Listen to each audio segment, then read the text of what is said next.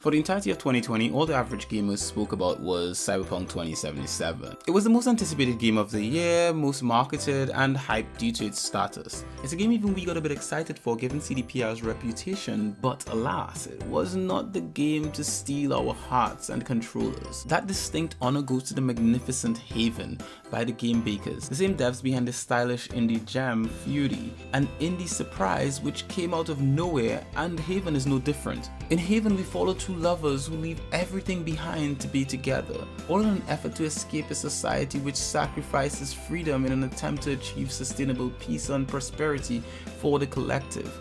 Well, that's usually what's peddled to the masses, while in reality it's all about control and consolidation of wealth for a select few.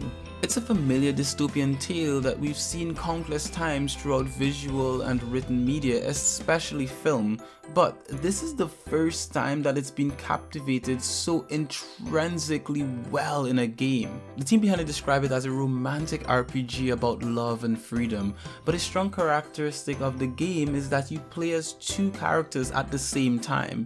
It's first and foremost a solo experience in which you play as these two characters, but with such a duo of main characters, they couldn't pass up on the opportunity to make it a couch co-op experience. By focusing on two characters equally while giving great emphasis to their relationship together, the game makers were able to capture some truly authentic human moments. Characters like U and K are so well written, animated, and voiced that it's easy to mistake them for a real couple in love with each other. It was our only option, wasn't it?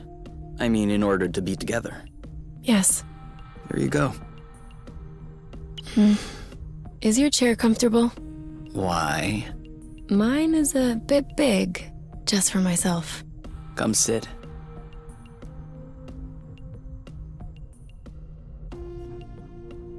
Do you regret it?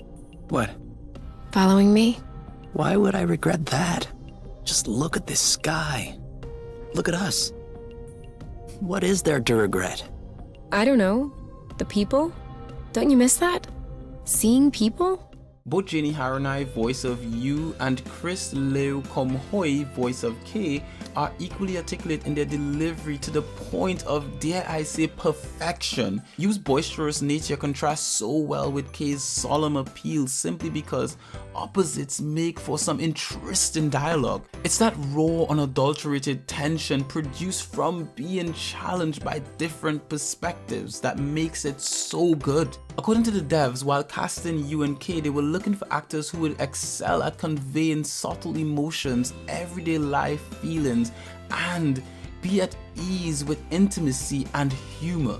The two actors recorded 8,000 words of dialogue together in a side studio in London in 2019 and 2020, reenacting the scenes together to achieve as much complicity and authenticity as possible. Oh, and it shows! Every line, transition, and the smooth flow of conversation is almost palatable.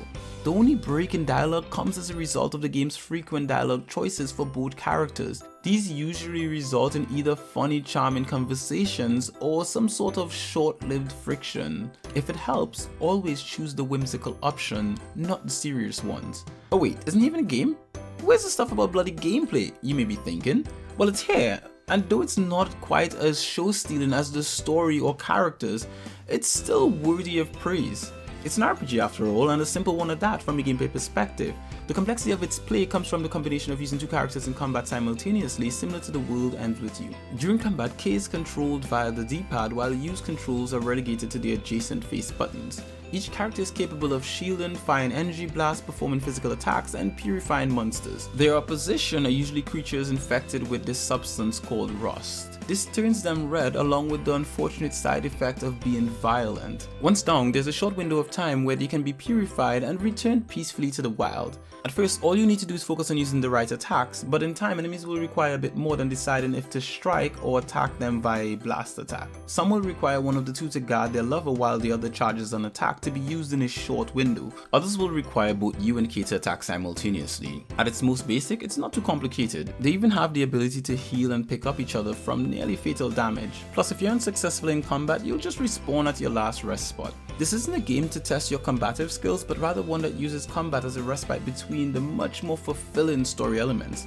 A story that essentially begins with them crashing on a seemingly untamed world. From there, they have limits on where they can go and the abilities at their disposal, but after some progression, they'll gain more capabilities to explore even further and perform more fantastical things. The primary narrative vehicle used for their progression comes from them salvaging scraps and rust to rebuild their ship. A miniature craft which also serves as their home and base of operations. At the ship, they can cook, craft items, heal themselves, and interact with each other. Their interactions on the ship are what mostly deliver the believability of their relationship, and those are easily the best part of the entire experience. They're hilarious, charming, interesting, and oh so adorable. And that's not all. Oh no, Haven is also mature in all the right ways. It's tasteful yet sensual in a way that's difficult to explain without examples, like this one. You may be right. I hope I'm right. Because if I'm not, that makes me a gluten monster. The cutest of monsters, though. Ready to go again? Only one way to find out. Only one? You must think I am unimaginative. When not on the ship, you'll be charged with exploring the beautiful futuristic planet made up of mostly gorgeous dynamic fields.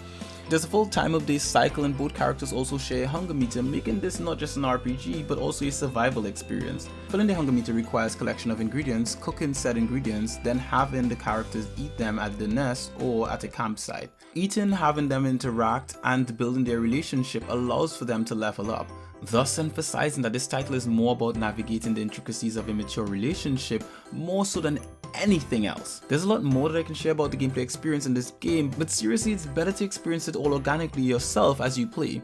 Just know that it's all very positive.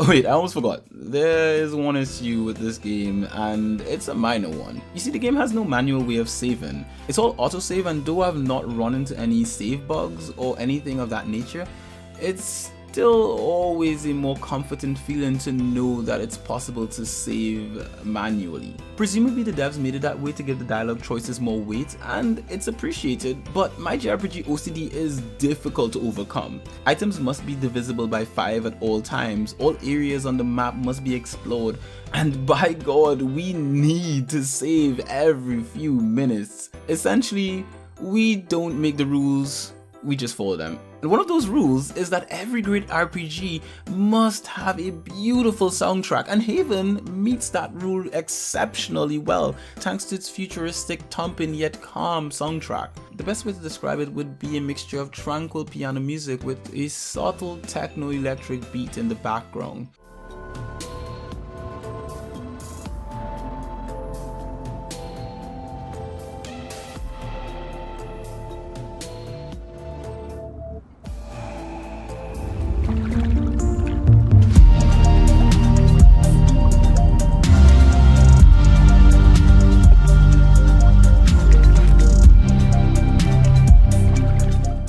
Very similar soundtrack to the likes of Steven Universe Save the Light, another great RPG that we've reviewed here on this channel.